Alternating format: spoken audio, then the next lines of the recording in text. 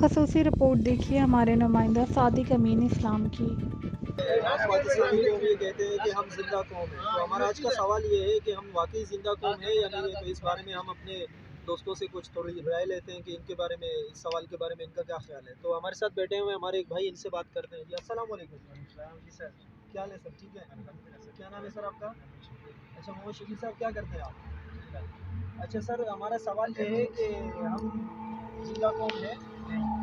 کیوں نہیں ہے زندہ قوم؟ وجہ کیا ہے؟ امپورٹنٹ حکومت مسلط کر دی گئی۔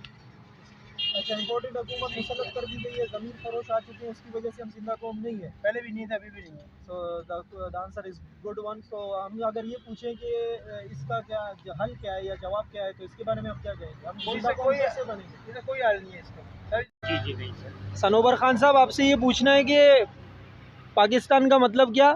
لا الہ الا اللہ۔ اچھا، پاکستان کا مطلب کیا؟ لا الہ الا اللہ محمد رسول اللہ۔ ٹھیک ہے، پھر اس کی جو ہے نا تخلیق ہوئی ہے اس کلمے کے اوپر۔ پاکستان مطلب جو بنا ہے وہ اس کی تخلیق اللہ پاک نے اس کلمے کے اوپر بنائی ہے۔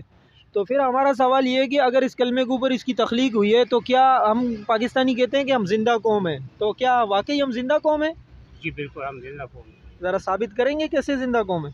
بس ہم انشاءاللہ ایک اللہ پہ یقین کرتے ہیں اور اپنا جو ایمانداری کے ساتھ اپنا دن گزر جاتے کر دیں اور اپنا حلال رزق کماتے ہیں۔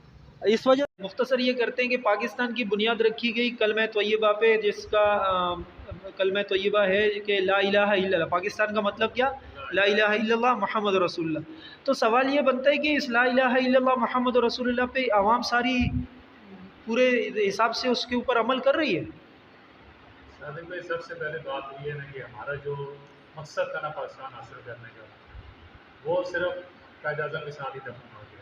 اس کے بعد جو دو قومی نظریے وہ بھی دفن ہو گیا۔ اور مسلمانوں کی بات رہی تو مسلمان تو اپنے نظریے سے ہٹ چکے ہیں اس کے اندر۔ تو مجھے نہیں لگتا کہ وہ جو موجودہ حالات ہیں یا آج سے 70 سال پہلے کی بات کر رہے ہیں، اب تک پاکستان اگر اس چیز پہ چلتا تو آج پاکستان ترقی یافتہ ممالک نہیں ہوتا۔ آپ دیکھتے رہے کچھ عرصے پہلے جنرل ایوب کے دور میں پاکستان لوگوں کو قرضہ دیتا تھا ملک کو، آج ہم ہر ملک سے بھیک مانگ رہے ہیں کیونکہ ہم نے خود انحصاری ختم کر دی، ہم نے اللہ پہ توکل اور اللہ کے دین پہ توکل کرنا چھوڑ دیا۔